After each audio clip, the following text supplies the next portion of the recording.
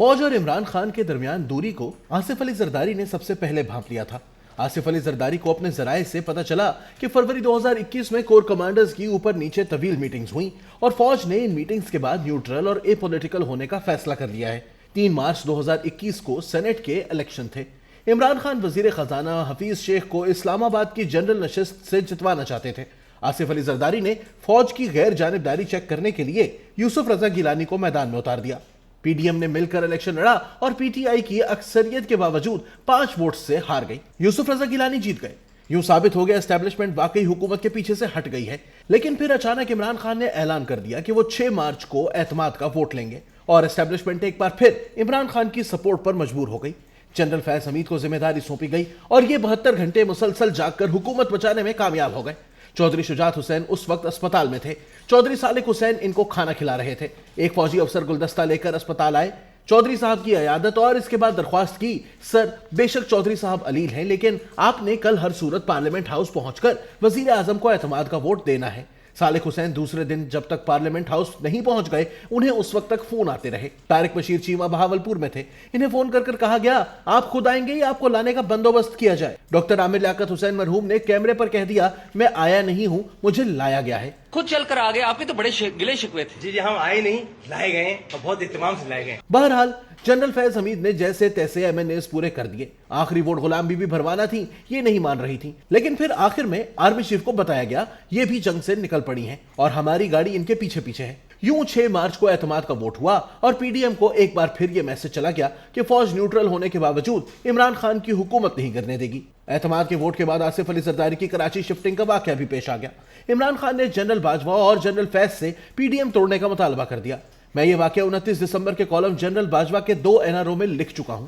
مجھے اس کے بعد زرداری صاحب کے وکیل اور سابق وزیر قانون سینیٹر فاروق ایچ نائک کا فون آیا۔ ان کا کہنا تھا آصف علی زرداری کی باقاعدہ ضمانت ہوئی تھی اور یہ اس کے بعد کراچی شفٹ ہوئے تھے، جبکہ ان کے مقدمات بدستور اسلام آباد ہی میں چلتے رہے۔ میں نائک صاحب کا احترام کرتا ہوں، انہیں چیلنج نہیں کر رہا، لیکن میری اطلاعات کے مطابق جنرل فیض نے عمران خان کی ہدایت پر آصف علی زرداری کو نیب اور عدالت سے رعایت لے کر دی تھی اور رعایت کے بعد 2 واقعات ہوئے تھے۔ زرداری صاحب کراچی چلے گئے اور یوسف رضا گیلانی کو سینٹ میں حکومت کی اتحادی باب پارٹی کے 4 ارکان کے ووٹ دے کر اپوزیشن لیڈر بنا دیا گیا تھا۔ یہ جنرل فیض کی مہربانی تھی اور یوں پی ڈی ایم ٹوٹ گئی۔ ستمبر 2020 میں ایف اے ٹی ایف کے بل کی منظوری کے موقع پر ایک بار پھر مداخلت ہوئی، جس کے بعد اپوزیشن مایوس ہو گئی، لیکن جنرل باجوہ نے ملک محمد احمد کے ذریعے نون لیگ کے قائدین کو پیغام بھجوایا اب کسی کو فون نہیں آئے گا، اور یہ وہ ٹرننگ پوائنٹ تھا جس کے بعد چیزیں بدلنا شروع ہو گئی۔ پی ڈی ایم دوبارہ ایکٹیو ہوئی اور حکومت گرتی ہوئی دیوار کی طرح آہستہ آہستہ گرتی چلی گئی۔ مارچ 2022 میں جب صورتحال کلیئر ہو گئی تو ایک دن فروغ نسیم جنرل باجوہ کے پاس گئے اور ان سے پوچھا ہمیں کیا کرنا چاہیے؟ جنرل باجوہ نے جواب دیا میری خواہش ہے حکومت اپنی مدت پوری کرے۔ فروغ نسیم کا جواب تھا گویا ہمیں مزید 1.5 سال اس پاگل پن میں رہنا ہوگا۔ فروغ نسیم نے چند دن بعد جنرل باجوہ کو فون کیا اور کہا سر آپ سے خالد بھائی یعنی خالد مقبول صدیقی بات کرنا چاہتے ہیں، اور اس کے بعد فون خالد مقبول کے ہاتھ میں پکڑا دیا گیا۔ خالد مقبول نے 2 سوال کیے، کیا عمران خان ہمیں گورنرشپ دے سکتے ہیں؟ جنرل باجوہ کا جواب تھا میں یہ وعدہ نہیں کر سکتا۔ انہوں نے پوچھا کیا یہ کراچی میں ہمیں میئرشپ دے دیں گے؟ جنرل باجوہ نے دوسری بار بھی کہا میں یہ وعدہ نہیں کر سکتا۔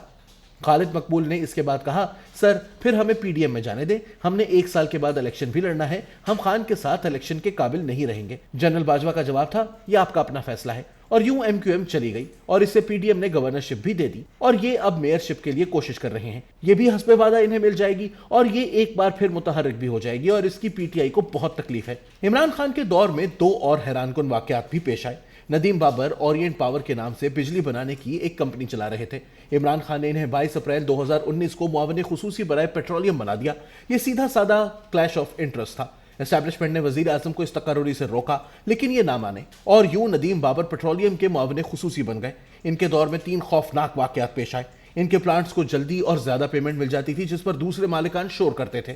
دوسرا، ایک دن افغانستان میں امریکی فوج کے کمانڈر نے جنرل باجوہ کو فون کر کے بتایا کراچی پورٹ پر تیل کی درآمد میں گڑبڑ ہو رہی ہے۔ اسٹیبلشمنٹ نے ندیم بابر سے پوچھا، ان کا جواب تھا نہیں سر یہ اطلاع غلط ہے، کراچی پورٹ پر کچھ نہیں ہو رہا۔ چند دن بعد امریکہ کے چارج ڈی ایفیئرز نے جنرل باجوہ کو فون کر کے دوبارہ شکایت کی۔ آرمی چیف نے آئی ایس آئی کو کراچی پورٹ بھجوا دیا۔ آئی ایس آئی نے پورٹ سے تیل کا بھرا ہوا جہاز پکڑ لیا۔ جہاز کے کاغذات عمان کے تھے لیکن اس میں پیٹرول ایرانی تھا اور اس پیٹرول کی قیمت میں فی لیٹر 30 روپے کا فرق تھا اور یہ جہاز ندیم بابر نے اپنے لیے منگوایا تھا۔